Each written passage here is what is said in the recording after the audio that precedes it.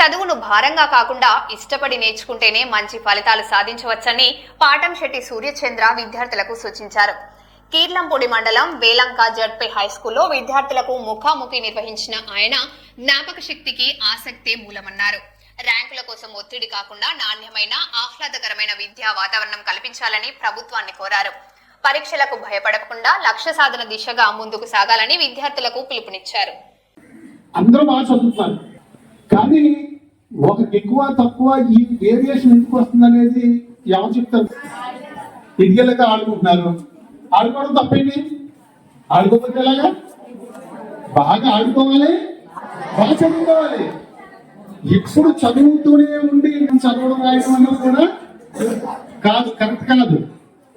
Okay, చాలా మంది ఏం చెప్తారంటే ఎప్పుడు చదవండి చదవండి చదవండి చదవండి అంటారు. అసలు నేను చదవండి చదవండి చదవండి అని చెప్పట్లేదు. నేనేం చెప్తానంటే బాగా చదువుకోండి, బాగా ఆడుకోండి. ఆటలంటే 2 రకాలు ఉన్నాయి. ఇప్పుడు నేను ఈ డోర్ టు డోర్ తిరిగేటప్పుడు ఊళ్ళోకి ఇంటికి వెళ్ళేటప్పుడు చాలా మంది పిల్లలు ఏంటంటే సెల్ ఫోన్ లో ఆడుతున్నారు. సెల్ ఫోన్ లో ఆటల వల్ల మనకి ఏమొస్తుంది? ఐ ప్రాబ్లం వస్తే, తలనొప్పి వస్తుంది. అన్నిటికంటే ముఖ్యంగా మనకి సమయం వృధా అవుద్ది. అవునా? మనకి శారీరకంగా చెమట పట్టేలాగా ఉల్లాసంగా ఉత్సాహంగా ఎగిరి గంతులేసి చెమట పట్టేలా చెప్తాం. అప్పుడు ఏమొస్తుంది?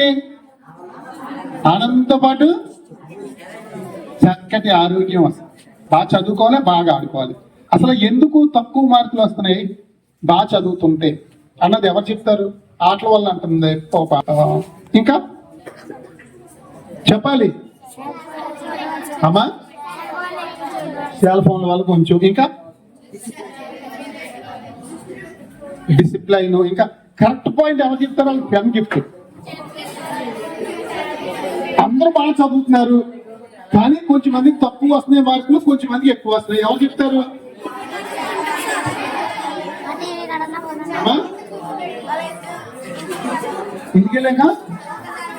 ఇంటికెళ్ళాక చదవట్లేదు. ఓకే, ఇంటికి వెళ్ళిన తర్వాత చదివిన వాళ్ళకి కూడా తక్కువ మార్కులు వస్తున్నాయి.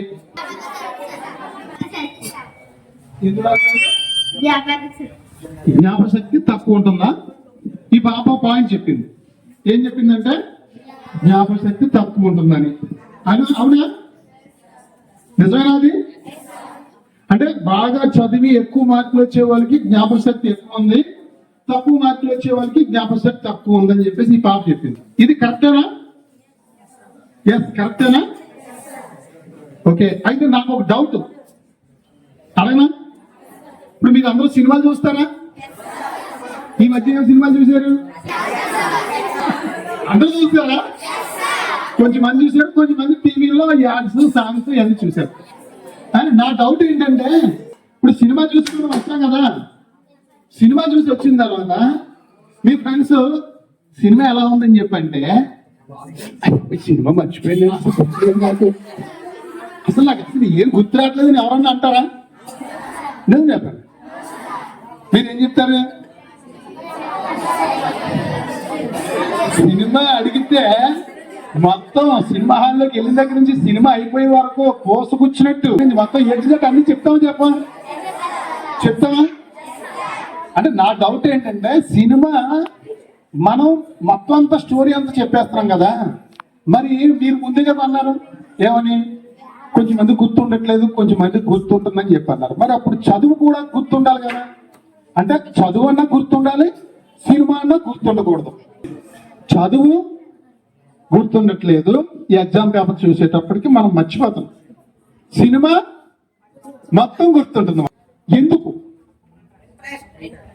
చెప్పాలి? ఇంట్రెస్ట్.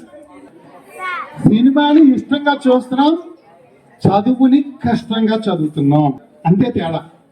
సినిమాని ఇష్టంగా చూస్తున్నాం. ఎంత ఇష్టంగా చూస్తున్నాం మనం? థియేటర్లోకి వెళ్ళాక టీచర్స్ గుర్తొస్తారా? మనకు 3 కోట్ల అన్నం పెట్టే అమ్మ గుర్తొస్తుందా? అన్నయ్య గుర్తొస్తాడా? మన కోసం కష్టపడే నాన్న గుర్తొస్తాడా? గుర్తురాదు. సినిమాని మనం చాలా చాలా చాలా ఇష్టంగా మనం సినిమా చూస్తున్నాం, అందుకని సినిమా బాగా గుర్తుంటుంది. చదువుని మనం కష్టంగా చదువుతున్నాం. చదువు కూడా ఇష్టంగా చదవాలి. చదువు అంటే పిచ్చి, ప్రేమ, చదువు అంటే ప్రాణంగా ఉండాలి. అవునా? అంతలా మీరు చదివితే ప్రతి ఒక్కరు కూడా A+లోనే ఉంటారు. మన తల్లిదండ్రులు ఎంత కష్టపడి మనం చదివిస్తున్నారు మీరు ఆలోచించండి. అవునా?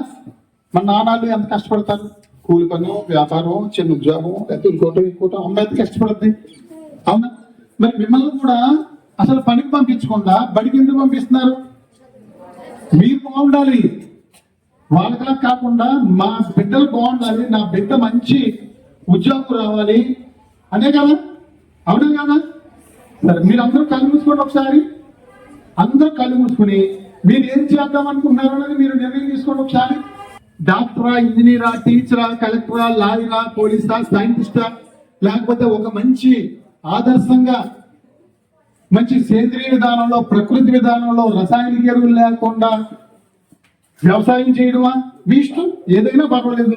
మీరు ఏం చేద్దాం అనుకుంటున్నారో అది చేస్తున్నట్టుగా ఊహించుకోండి. ఎంత అద్భుతంగా మీరు 10th క్లాస్ మంచి ఫస్ట్ క్లాస్లో పాస్ అయ్యి, ఇంటర్మీడియట్ మంచి ఫస్ట్ క్లాస్లో పాస్ అయ్యి, డిగ్రీ పాస్ అయ్యి మీకు మంచి ఉద్యోగం వస్తే మీరు ఎంత హ్యాపీగా మీరు ఉద్యోగాలు చేస్తూ మీ తల్లిదండ్రులు చూసుకుంటూ మీ కుటుంబాలతో హాయిగా ఉంటారో మీరు ఊహించుకోండి. చక్కటి కారులో తిరుగుతూ, చక్కటి ఇంట్లో ఉంటూ, మీరు 10 మందికి ఆదర్శంగా ఉంటున్నట్టు ఊహించు. ఎలా ఉంది? బాగా ఎలా ఉందమ్మా?